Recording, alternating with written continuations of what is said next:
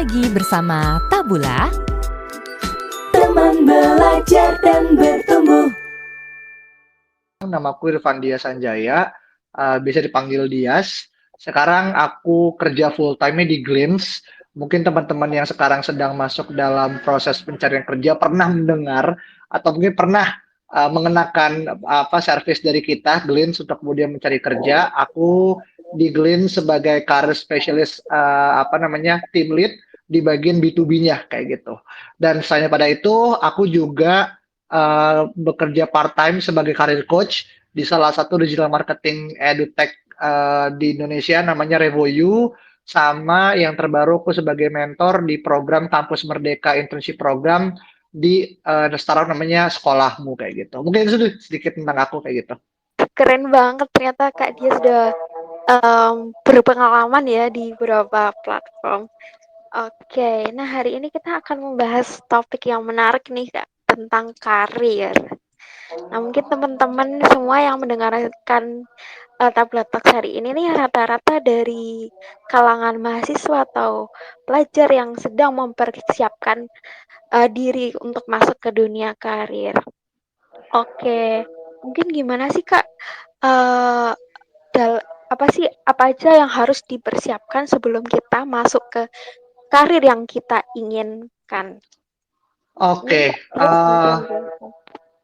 iya, oke. Jadi ini menarik ya, terkait dengan bagaimana atau apa yang harus kita kemudian persiapkan dalam menuju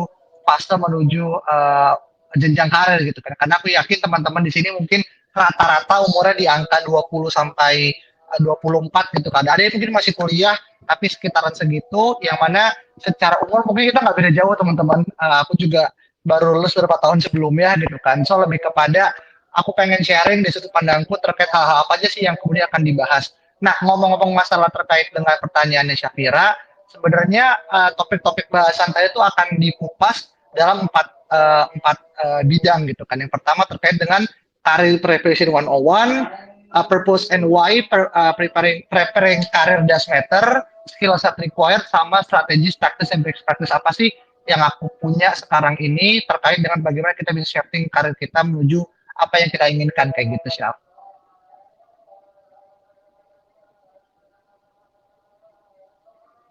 Kak, nah tadi aku udah ngobrol juga nih sama Kak Dias. Jadi Kak Dias mau nge-share juga tentang self reflection terlebih dahulu ya nggak sih Kak? Iya, boleh dong dicoba di spill. Mungkin aku kirimkan ya gambar tentang Ya. self reflection di kolom komentar. Teman-teman bisa langsung cek ya.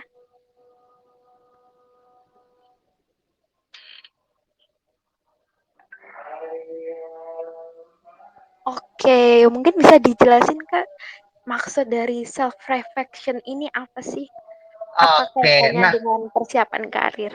Nah, pertanyaan menarik nih. Kenapa aku ingin mengajak teman-teman diskusi ya? Mungkin 3 orang lah dari kita nanti siapa bisa nunjuk siapa gitu kan. Tapi ini gini, kadang sebelum kita beranjak keluar, kita harus kenal siapa diri kita gitu kan. Makanya ada yang bilang bahwasanya kita nggak akan pernah selesai dengan masa depan kalau masa lalu kita tuh belum beres gitu kan. Makanya ada kata unfinished business lah, ada kata inner child dan segala macam gitu. Nah di sini aku pengen mengajak teman-teman brainstorming, refleksi, memikirkan ulang sebenarnya apa sih yang sebenarnya teman-teman tuh ingin kejar gitu kan. Dan itu bisa dikuak dalam 3 variabel juga, dan mungkin saya kira bisa nggak tunjuk 1 orang, 3 orang deh untuk menjawab salah satu dari di antara self reflection, skill analysis, dan juga career plan kayak gitu. Mungkin ini dulu ya, self reflection dulu kali ya, Sof. Oke, boleh Kak. Mungkin Hmm, dari aku dulu boleh nggak sih Kak buat boleh jawab? dong, boleh silakan. Kau pilih yang mana nih? Uh, bentar, saya juga pilih dulu ya. Mungkin yang poin nomor 6 nih Kak. Boleh. Kira-kira kalau kamu bayangkan 10 sampai 15 tahun ke depan, kira-kira kamu akan menjadi seperti apa sih, Syaf? Untuk 10 sampai 15 tahun ke depan sih, saya membayangkan diri saya tuh udah mempunyai pekerjaan yang mapan tentunya. Dan saya tuh salah satu hal yang saya inginkan itu adalah pengen bisa memberikan manfaat untuk orang banyak. Seperti itu sih, Mhm. Kak, bayangan saya. Oke, oke. Tapi kalau boleh lebih spesifik, ada nggak job yang paling apa ya, yang bisa jauh lebih detail gitu? Karena kalau tadi cuma bilang bermanfaat segala macam kan semua orang bisa bermanfaat, tapi cara kita menjadi bermanfaat kan pasti beda-beda dong gitu kan. Nah kalau dari Oh, Syafira kepikirannya apa tuh? oh ya, kebetulan saya tuh interest banget di bidang bisnis, Kak. Mungkin saya tuh I pengen see, punya bisnis yang juga bisa apa ya, memberi manfaat buat orang banyak, bisa bantu orang banyak juga gitu, Kak. Mungkin I bisnis di see, bidang sosial seperti itu sih, Kak. I see, I see. Oke, oke, oke, oke. Menarik, menarik, menarik. Berarti lebih ke bisnis berarti ya? Iya, betul banget. Jadi tadi aku udah bilang kenapa pertanyaan ini cukup penting karena menurutku pribadi inilah cara kita untuk kemudian melihat diri kita secara objektif gitu kan. Kita nggak bisa ngomong oke kayaknya aku tertarik pada bidang let's say apa namanya consulting deh misalkan. Terus aku tanya, kenapa kamu bisa bilang kamu tuh cocok? Oh kayaknya karena gajinya besar kak gitu kan. Oh karena kata teman-temanku tuh orangnya tuh keren-keren gitu kan. Tapi apakah itu benar nggak sih sesuai dengan teman-teman itu kan pertanyaan berbeda gitu kan. Dan kadang kalau kita tidak bisa merefleksikan kembali ke dalam diri kita, itu akan cenderung jadi backfire dan ujungnya jatuhnya kita lebih kepada mengikuti apa kata orang lain gitu kan. Karena menurutku tidak ada pekerjaan yang lebih keren, lebih cool apa segala macam ketimbang pekerjaan yang kita nikmati sehari-hari gitu kan. Dan itulah kenapa kemudian muncullah termin work life balance, muncullah termin kemudian kerjaan ideal dan segala macam hal kayak gitu. Nah, sedikit mulai, aku tuh pengen bahas dari beberapa hal yang menurutku cukup sangat signifikan ya. Bahwasanya ada riset dari apa namanya ECC UGM, Engineering Career Center yang bilang bahwasanya 48% apa namanya fresh graduate di kalangan Indonesia itu dia nggak tahu apa yang akhirnya menjadi SWOT dan juga passion dirinya gitu kan. Nah ini kan agak cukup dilematis ya. Ketika kita pengen aim gitu kan, tapi kita sendiri nggak tahu gitu apa yang sebenarnya menjadi kekurangan apa yang menjadi kelebihan gitu kan. Bahkan yang lebih apa namanya agak anomali adalah ketika kita misalkan contoh sedang di interview gitu kan. Terus HR nanya gitu kan, coba dong tolongin sebutkan apa kelebihan apa kekurangan kita gitu kan. Nah, rata-rata dari kita itu biasanya ya, ini biasanya gitu kan, menyebutkan kekurangan dulu gitu kan. Terus pertanyaannya, lah emang terus kenapa kak? Kan memang benar apa kelebihan kekurangan gitu kan. Nah, memang benar nggak ada yang salah. Tapi secara psikologis dan secara kemudian ini aku tangkap juga teman-temanku lain adalah ketika kita menyebutkan kekurangan kita dulu gitu kan. It means berarti kita tidak pede dengan apa yang akan menjadi kelebihan kita gitu kan. Makanya di sini bagaimana kemudian kita punya self confidence, kita punya kemudian apa yang kita sebut dengan apa namanya awareness itu sangat penting untuk nantinya ke depannya outputnya bagaimana kita bisa menentukan karir kita secara lebih bijak gitu kan. Sama yang kedua, bahwasanya ini penelitian dari Stanford Research Institute bilang 75% karir sukses itu apa namanya disebabkan oleh soft skill, bukan hard skill gitu kan. Hard skill is good, tapi kalau teman-teman nggak tahu bagaimana caranya kemudian menyapa orang, teman-teman nggak tahu bagaimana berkomunikasi, itu akan jadi fail kecuali teman-teman kemudian akhirnya buka bisnis sendiri itu pun ketika kamu menjadi CEO nantinya kayak misalnya Syafira gitu kan sebagai seorang businessman pasti Syafira punya anak buah gitu kan nggak mungkin Syafira sebagai CEO kemudian bekerja sendiri gitu kan mustahil gitu kan so soft skill menjadi sangat penting di sini gitu kan nah yang berikutnya adalah uh, kita tahu bagaimana sekarang kita hidup di zaman pandemi dan juga banyak kabar-kabar gitu kan yang mana mungkin tidak hanya yang kita baca di koran tapi dari lingkungan terdekat kita pun juga udah merasakan bagaimana unemployment itu adalah sangat hal yang akhirnya sangat-sangat menjadi common sekarang gitu kan semua orang kemudian nganggur banyak orang yang kemudian kena layoff dan hal ini yang kemudian menyebabkan bahwasanya uh, bahkan menurut data apa namanya pengangguran kedua terbesar itu disebabkan oleh fresh graduate atau dari kalangan mahasiswa gitu kan. Ya ini menurutku akan jadi sangat lucu karena kita yang kemudian dituntut sebagai agent of change, sebagai iron stock, sebagai kemudian kasarnya apa ya? Iya kita menuju 4.0 lah bonus demografi kita cenderung kita sendiri tidak bisa kemudian menyelamatkan diri kita gitu kan. Nah disinilah kemudian aku coba untuk mengulik bagaimana sih caranya supaya kita bisa memilih karir dengan baik yaitu dipersiapkan dengan sematang-matangnya dari sekarang juga kayak gitu.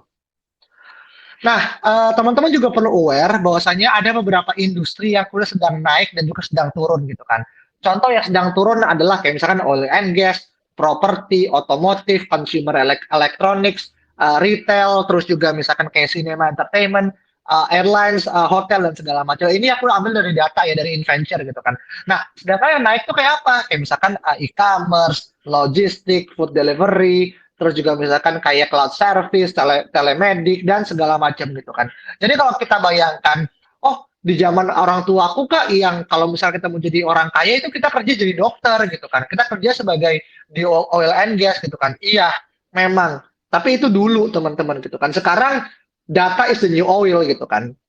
Kita nggak bisa kemudian bergantung, apalagi di Indonesia bergantung semua tuh pada minyak gitu kan, pada sumber daya alam gitu. Karena Indian itu akan habis. Tapi kalau kita ngomongin data sekarang gitu kan, everyone using smartphone gitu kan, everyone has social media, everyone buy products in e-commerce gitu kan. Ini akan menjadi sangat-sangat vital kalau kita tidak bisa aware bahwasanya dunia itu shifting dan kita harus mengikuti apa yang kemudian market itu sedang drive gitu kan.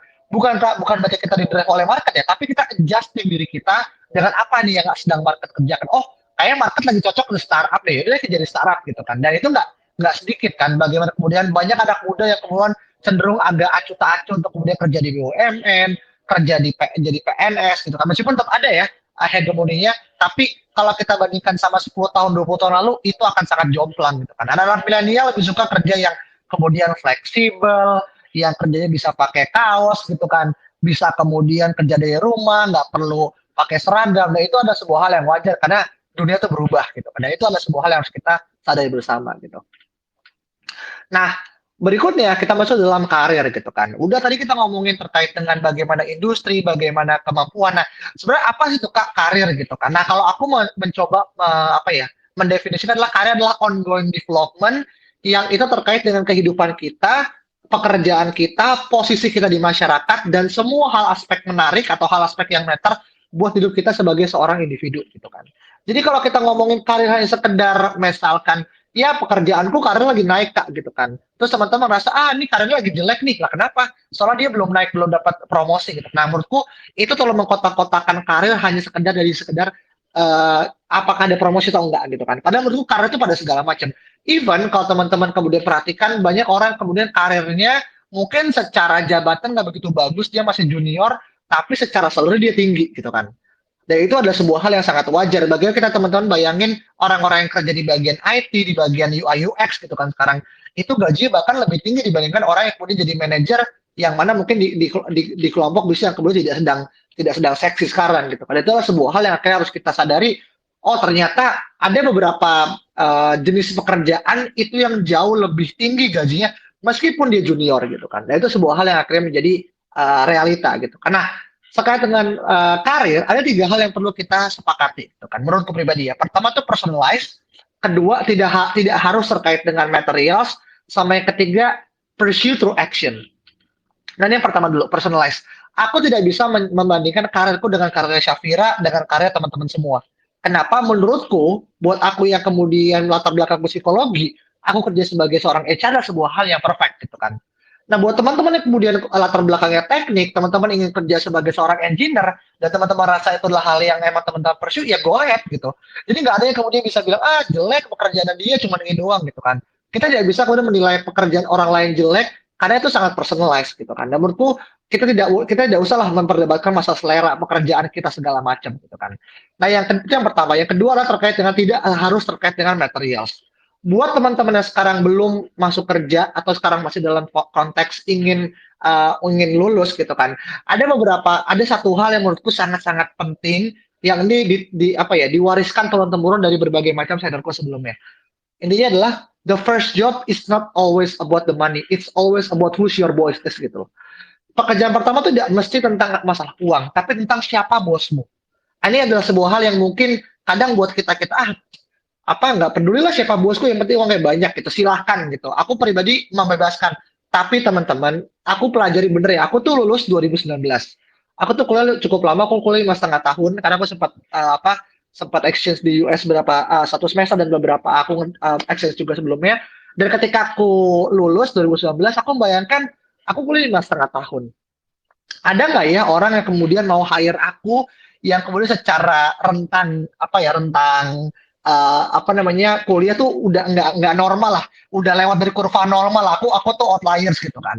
Dan ternyata ada gitu kan. Dan di lainnya pekerjaan pertama aku tuh adalah aku dapat bos yang kemudian dia itu ex dari consulting gitu. Dia kemudian sempat kerja di McKinsey, kalau teman pernah dengar, 25 tahun sebagai country director, 5 tahun sebelumnya sempat jadi manajer director Indonesia, dan dia retired di buat startup, dan aku salah dua orang yang kemudian di hire oleh startup tersebut gitu kan.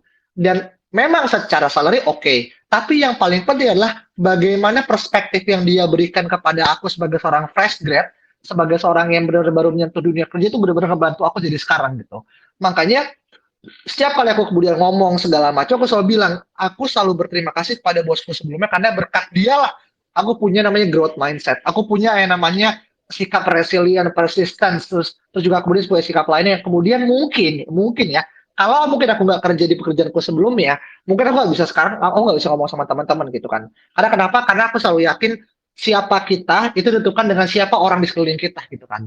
Makanya kalau dalam konteks dalam konsep psikologi ada namanya nurture, ada namanya nature gitu kan. Nature kita bagus, kita lahir dari orang tua yang kemudian pintar, cerdas, tapi ketika lingkungan kita kemudian tidak mendukung, maka kemudian kita akan tidak bisa jadi orang yang imbang gitu kan. Tapi ketika teman-teman kemudian mungkin biasa aja gitu kan secara natural, tapi didukung oleh lingkungan yang sangat positif, insya Allah gitu kan, teman-teman akan menjadi manusia yang akan jauh lebih baik. Kalau teman-teman dipacu oleh lingkungan, oh iya ya, ketika temanku bisa gini, aku paling nggak punya benchmark sehingga seperti apa kayak gitu kan. That's something yang benar-benar tentang karir kayak gitu. Nah, berikut adalah terkait dengan bagaimana menentukan karir yang suit buat kita gitu kan.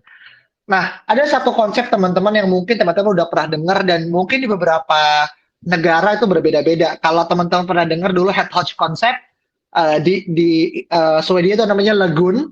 Kalau di Jepang namanya Ikigai gitu kan. Mungkin yang paling terkenal Ikigai lah sekarang, karena Ikigai itu dibahas di beberapa buku dan juga webinar-webinar yang kemudian menyebut tentang Ikigai. Nah, sebenarnya kan konsepnya sama kan. Intinya adalah kita menggabungkan beberapa elemen dalam diri kita yang itu ketika kita bisa match itu menemukan dengan Ikigai. Dan ketika kita ketemu Ikigai, maka bisa dikatakan bahwa kita menemukan apa yang akhirnya menjadi passion kita, menjadi skill kita, menjadi drive economic engine kita gitu kan. Misalkan apa? Kita tahu, oh passion kita adalah dalam isu journalism gitu kan. Terus skill kita kita punya skill dalam bidang reporting gitu kan. Kita bisa jago dalam buat reporting segala macam. Nah, ketika kita cari nih gitu kan, tentu teman-teman punya skill, teman-teman punya passion, tapi kita sebagai individu kita perlu dong untuk kemudian menafkahi hidup kita dong. We should pay our own bills setiap bulannya. Kita harus perlu menanggung keluarga kita. Kalau kita misalkan contoh sandwich generation gitu kan. Nah, gimana caranya kita menemukan kunci ketiga atau economic engine? Ini adalah sebuah hal yang sangat vital juga gitu kan. Oke, teman-teman mungkin sekarang merasa oke, aku punya skill reporting, aku special di bidang journalism. Nah, mungkin untuk kemudian mendukung dua hal tersebut, aku harus kerja di perusahaan startup yang gerak di bidang journalism gitu. Dan itu banyak banget sekarang gitu kan. Atau misalnya aku kerja di perusahaan let's say broadcasting yang kemudian terkenal gitu kan. Or whatever yang teman-teman pilih gitu kan. Nah, karena ketika teman-teman udah punya tiga ini, percayalah sedikit demi sedikit itu akan kemudian menimbulkan sebuah hasil gitu. Banyak orang yang kemudian dia punya passion di bidang apa, tapi skillnya nggak dapat. Terus dia punya passion, punya kerja di tempat bagus, tapi dia nggak dukung skill gitu kan. Dia kan terseok-seok. Atau ada yang kemudian skillnya bagus, kerjaannya oke, tapi dia nggak passion. Ujungnya dia kemudian burn out. Ada orang yang kemudian punya skill, punya passion, tapi dia nggak nemuin tuh economic engine-nya. Ujungnya adalah gue kerja aja deh, kerja apapun yang penting gue hidup gitu kan. So, ketika teman-teman bisa menemukan tiga hal itu, congratulations, at least teman-teman sudah satu step lebih jauh atau lebih unggul dibandingkan teman-teman lain yang kemudian masih bingung, aku tuh sukanya apa ya, aku tuh kemudian pengennya apa ya, kayak gitu kan. So, that's why Ikigai is very important untuk menurutku pribadi gitu kan. Nah, kemudian teman-teman yang akhirnya sekarang masih dalam proses bangku kuliah gitu kan. Bagaimana caranya menemukan ikigai gitu kan. Nah, banyak hal teman-teman gitu kan. Dan aku selalu mikir kayak kadang ketika kita tipe orang yang kemudian visual, kita mungkin bisa menemukan inspirasi dengan cara kita menonton gitu kan. Makanya ada konteks Netflix and chill lah, ada YouTube lah, ada segala macam. Teman-teman yang lebih kepada audio visual, teman-teman bisa dengar podcast lah, teman-teman kemudian bisa ikut webinar dan segala macam gitu kan. Tapi kalau misalkan teman-teman ingin lebih daripada itu, ada banyak hal gitu kan. Contoh misalkan teman-teman bisa ikut volunteering. Teman-teman bisa ikut misalkan leadership based organization gitu kan. Kayak misalkan yang kuliah masih ikut BEM, ikut HMJ, ikut misalkan apapun gitu kan yang di kampus. Atau teman-teman mungkin ikut internship gitu kan, magang. Sekarang lagi sedikit promosi ada kampus Merdeka gitu kan di bawah naungannya Pak Nadiem, yang mana teman-teman tahun ketiga tahun keempat yang mungkin sekarang pengen magang tapi juga pengen SKS-nya terus berjalan, kita bisa conversion di 20 SKS gitu kan. So go ahead gitu kan. Ada juga teman-teman bisa freelance juga. Mungkin teman-teman yang bisa jago desain, jago videografi, jago MC segala macam bisa freelance. Atau yang terakhir teman-teman juga bisa ikut course gitu kan. Nah, course ini kan nggak mesti harus yang berbayar mahal gitu kan. Bisa teman-teman ikut course yang gratis di Coursera, di Udemy, di Skill Academy or whatever yang teman-teman, bahkan di Tabula pun juga teman bisa ikut juga gitu kan. Dan itu sebuah hal yang akhirnya sangat-sangat bisa mendukung bagaimana teman-teman pun bisa terangkat secara kapasitas, knowledge, skill, dan itu akhirnya berkorelasi positif pada apa yang akan teman-teman tuju di masa akan datang kayak gitu. Nah, tentu teman-teman dalam menuju hal tersebut kita butuh namanya support system gitu kan. Support system ini bukan berarti sekedar teman, pacar, keluarga, sahabat ya, tapi ini adalah elemen-elemen pendukung lah lebih tepatnya gitu kan. Dan kita akan bicara masalah CV gitu. Aku yakin teman-teman mikir CV bahasannya pasti gitu-gitu aja gitu kan. Memang gitu kan. Tapi aku pengen coba menggali sebuah hal yang akhirnya banyak orang kemudian bingung sebenarnya apa sih apakah CV itu bagus atau belum, CV yang bagus itu seperti apa, dan bagaimana kita harus mengelola CV kita kayak gitu kan. Nah, aku tuh pengen kemudian mengajak teman-teman pada kisah aku balik ke zaman tahun 2013 ketika aku masuk kuliah.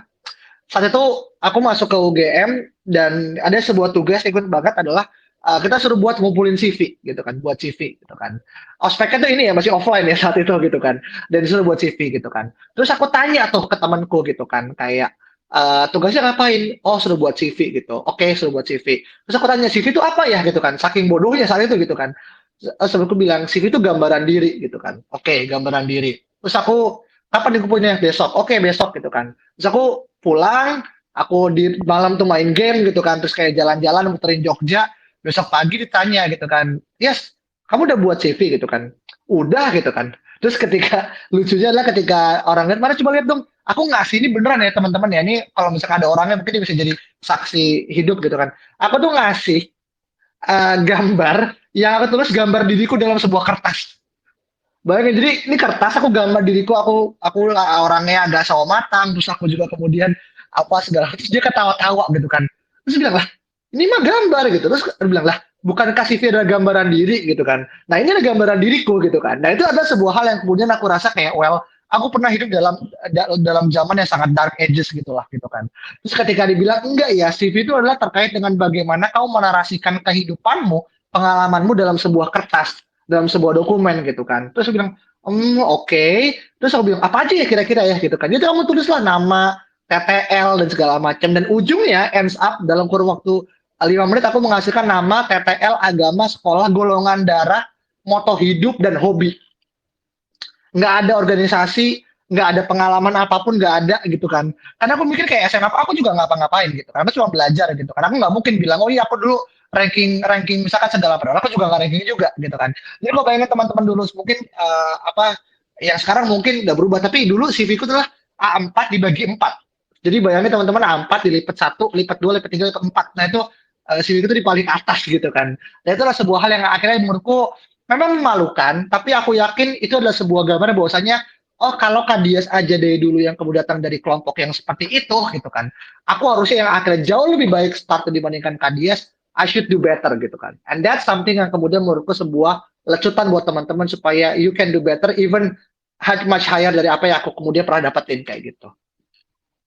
Nah, aku udah bilang tadi kan CV adalah sebuah written overview of person experience and other qualification yang ditujukan untuk apply sebuah opportunities. Apa aja, baik itu sifatnya pekerjaan, scholarship, internship, atau mungkin organization, or whatever yang teman-teman kemudian sedang apply, teman-teman pasti menggunakan CV di awal gitu kan. Nggak mungkin tiba-tiba, oh aku keterima, aku langsung interview gitu kan. Tiba-tiba CV-nya mana? Nggak pakai gitu kan. Jarang banget. Kecuali teman-teman menggunakan orang dalam ya. It's totally different. Case dan aku nggak mau bahas itu gitu kan. Tapi intinya kita mau coba membahas situasi yang normal, situasi yang sangat-sangat ideal, itu yang akan terjadi teman-teman seperti itu.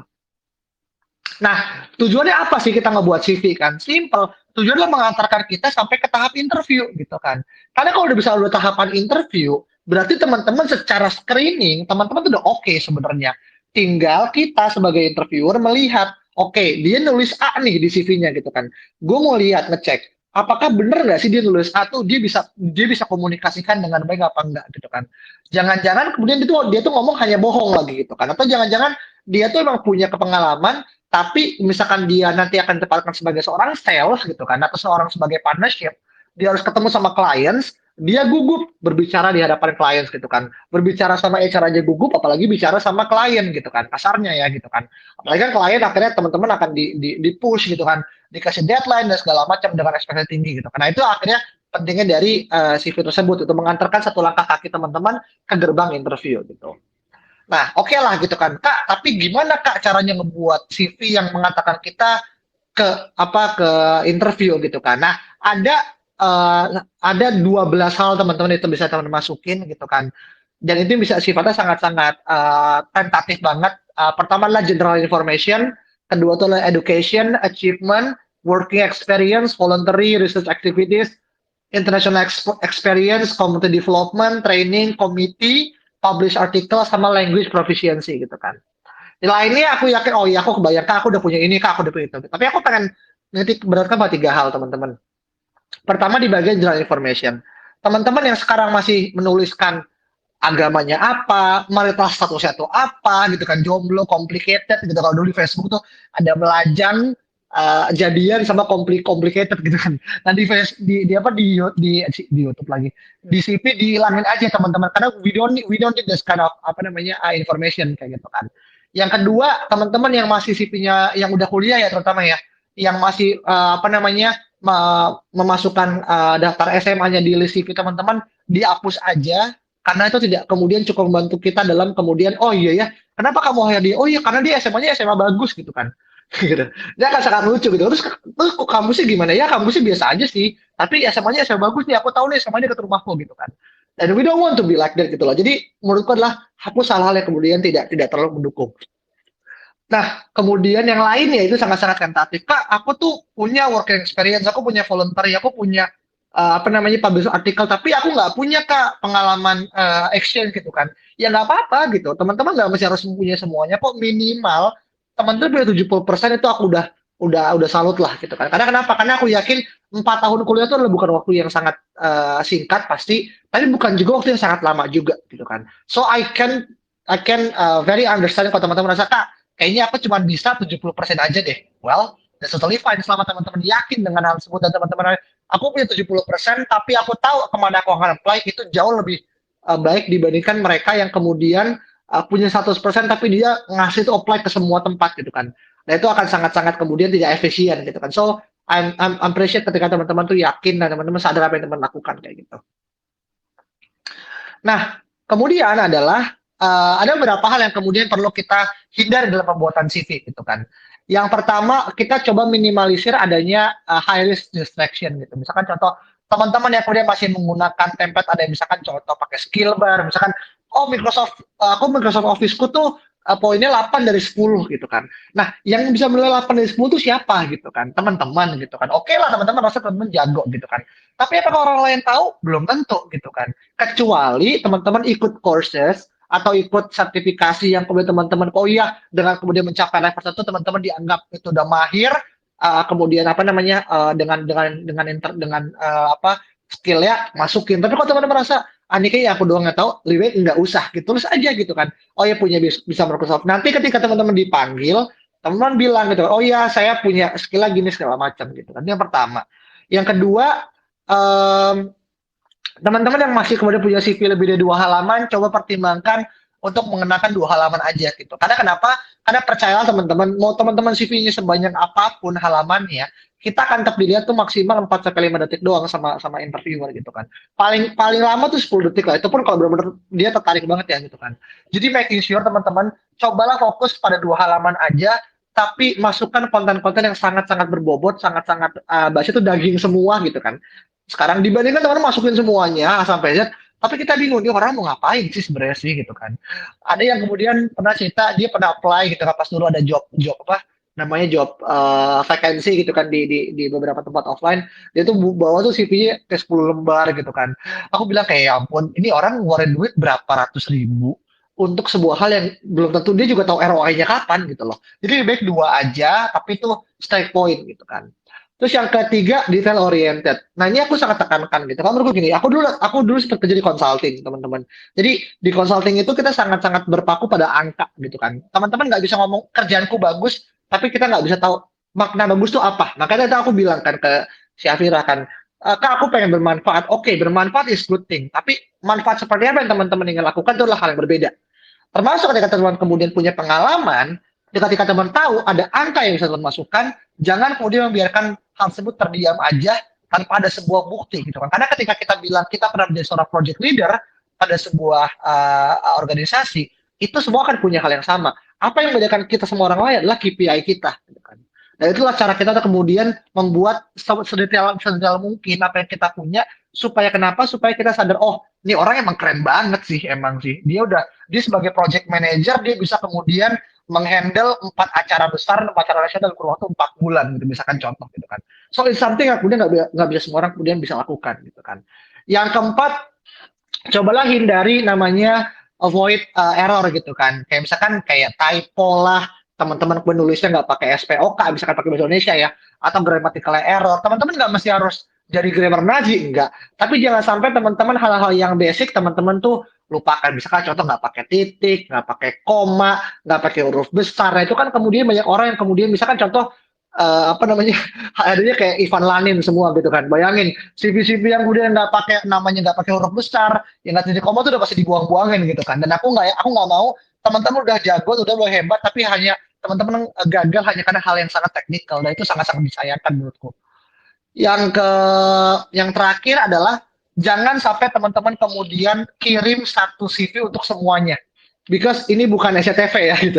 Bukan satu untuk semua gitu. Karena menurut gini, CV itu bisa dibuat dan bisa disesuaikan dengan tipe perusahaan apa yang kita kirim. Oh, kalau misalkan kita kirim ke perusahaannya yang NGO gitu kan. Oh, berarti kita tahu nih, kita bisa masukin pengalaman-pengalaman yang lebih social base gitu kan. Oh, kita tahu nih kita pengen apply ke perusahaan multinational company misalkan. Let's say FMCG lah, Unilever. Oh, dia suka tuh dengan kelompok-kelompok yang pernah magang, pernah juara bisnis case, pernah ikut pengalaman A, B, C segala macam gitu kan. So, buatlah CV itu sangat-sangat detail sehingga kita kemudian tahu di mana kita kemudian perlu menempatkan diri kita sebaik mungkin kayak gitu.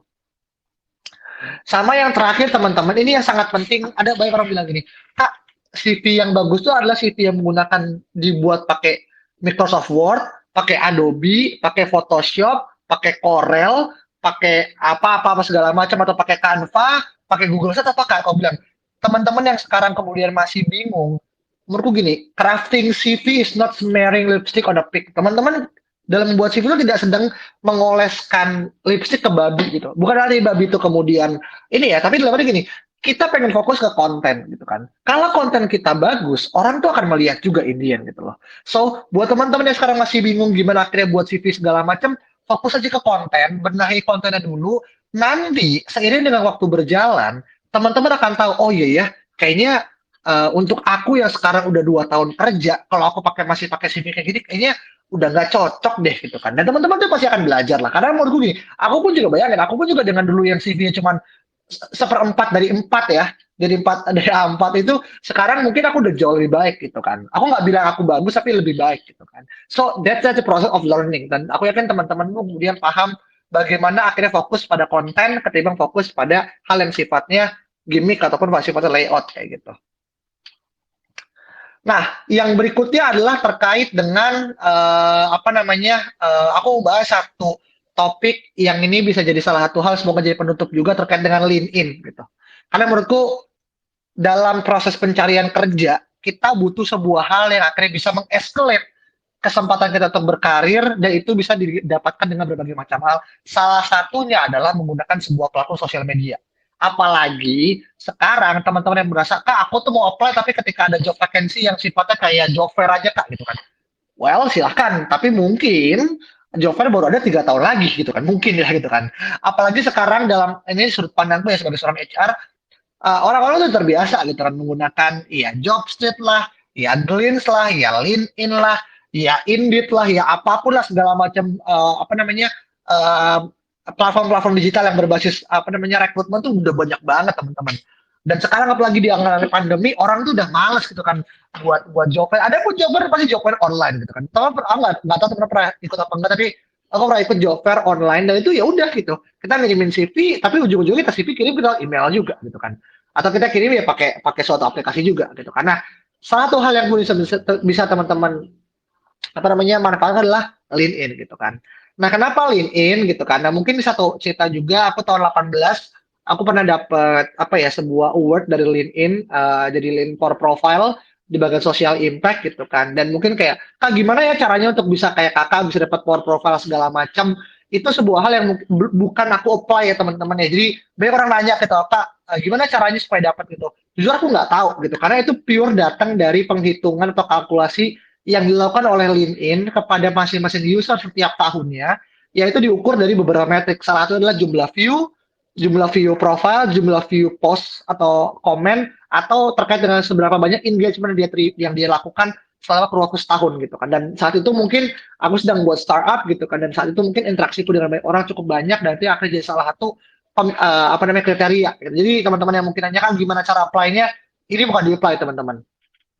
Nah, bedanya apa sih kak gitu kan LinkedIn toh juga LinkedIn kan sosial media gitu kan aku punya TikTok kok gitu kan aku punya Instagram kok aku punya Twitter kok emang kurang ya gitu kan emang HR nggak bisa ngelihat dari Twitterku aja apa emang HR nggak bisa ngeliat apa kapasitasku dari cara aku nge-tweet apa emang HR nggak bisa lihat apa dari cara aku buat caption gitu kan nah teman-teman nih yang satu hal pembeda adalah LinkedIn itu didesain untuk profesional gitu kan terus kayak lah memang TikTok nggak profesional kak gitu kan ada kok orang yang kemudian sharing pakai dasi pakai jas gitu kan well, it's not always about how you dress, tapi lebih kepada how you interact dan juga algoritmanya gitu kan.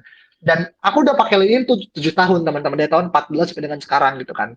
Dan sejauh aku menggunakan dan harapannya sampai ke depan ya gitu. Aku tuh jarang kemudian nemu orang yang kemudian tiba-tiba share konten joget-joget di LinkedIn gitu kan atau konten-konten yang sifatnya jokes bapak-bapak gitu misalkan contoh gitu kan. Itu aku alhamdulillah puji Tuhan belum pernah nemuin gitu kan. Dan semoga jangan sampai karena emang tujuannya bukan itu gitu kan. Kalau teman-teman mau share kayak gitu ya di Instagram punya gitu kan atau di TikTok gitu atau di Twitter gitu kan. So making sure LinkedIn dibuat memang menurutku sih bahasa agama itu fardu ain lah kayak gitu kan. Wajib gitu kan untuk kemudian supaya teman-teman akhirnya bisa melihat cakrawala atau bisa melihat dunia itu jauh lebih luas dan tidak hanya sekedar kayak oh ternyata konten itu tidak hanya konten yang lucu-lucuan ya gitu kan. Ternyata ada juga konten yang serius dan kita sekarang sudah masuk dalam proses tersebut kayak gitu. Nah, teman-teman mungkin yang akhirnya coba sekarang mungkin kalian bisa sambil buka link teman-teman, perhatikan fotonya udah bagus atau belum gitu. Karena yang di sini Anda cobalah menggunakan foto yang proper, terus juga mulailah kemudian mengenakan apa namanya keyword-keyword yang kemudian bisa ngebantu siapa teman-teman. Misalnya teman-teman misalkan seorang accounting, seorang misalkan arsitek, misalkan videographer tulis di bagian keywords-nya gitu kan. Terus juga teman-teman yang kemudian sekarang apa LinkedIn apa customize URL-nya masih misalkan namanya adalah linkedin.com/in/Syafira strip 453-817 misalkan contoh itu LinkedIn URL atau nomor telepon gitu kan. Jadi pastiin teman-teman juga nggak desain itu jauh lebih baik gitu kan. Terus juga yang penting teman-teman isi experience apa yang teman-teman punya, pengalaman kerja, pengalaman organisasi kalau misalkan sekarang teman-teman belum kerja, pengalaman magang, apapun yang teman-teman rasa itu bisa ngebantu nge-boosting profil teman-teman taruh di situ supaya ke depan orang tahu apa yang teman-teman kerjakan gitu kan. Kemudian di bagian about teman-teman juga kemudian bisa mengemas siapa teman-teman yang ngerasa kak aku tuh nulis profile di CV tapi kan terbatas kak gitu kan toh juga 4 nggak mungkin kita bisa nulis 2000 kata ya memang gitu. Nah di sinilah fungsi kita atau fungsi LinkedIn memberikan apa namanya fasilitas teman nulis lah teman-teman lulusan dari mana teman-teman pernah punya pengalaman apa basicnya itu apa dan segala macam dan mungkin kalau teman bingung kak gimana teman-teman boleh cek LinkedIn-ku di Irfandia saja di situ aku tulis bagaimana akhirnya aku buat LinkedIn apa namanya profile about mungkin bisa di benchmark juga ke sana.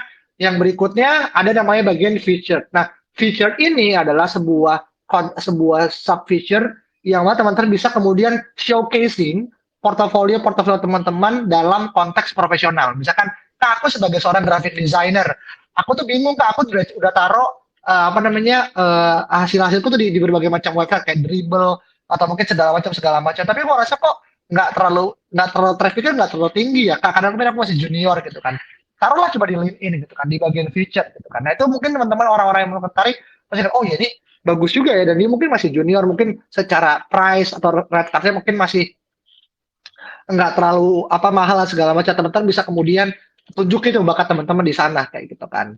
Kemudian terkait dengan education, teman-teman tulis teman-teman punya pengalaman kerja di mana, teman-teman kemudian punya pengalaman kampusnya di mana gitu kan. Teman-teman mungkin ya connection teman-teman tulis juga dan segala macam kayak gitu. Terus juga teman-teman juga bisa kemudian punya namanya skill dan juga endorsement. Teman-teman yang kemudian sekarang punya kemampuan skill tertentu dan bingung, Kak, aku tuh pengen dilihat orang tuh sebagai personal brandingku tuh di bagian public speaker gitu kan. Aku punya skill public speaking, tulislah public speaking di profil teman-teman. Dan ketika teman-teman memang punya kemampuan itu, orang orang lain pernah mendapatkan teman-teman, oh ini kayaknya orang keren banget sih gitu kan. Dibukalah profil teman-teman, dikliklah +1, muncullah, oh teman-teman ternyata ada orang loh yang kemudian percaya aku tuh bisa kemudian punya skill tersebut gitu kan. Terus teman-teman yang punya pengalaman volunteer dimasukin aja gitu kan. Karena kenapa mungkin orang-orang tertarik dengan yang punya pengalaman sosial gitu kan. Teman-teman yang ikut certification, license segala macam, apalagi sekarang mungkin masa corona kita nggak bisa kemana-mana, yang bisa kita cuma lihat laptop, nonton Netflix gitu kan, atau mungkin balik laptop lagi.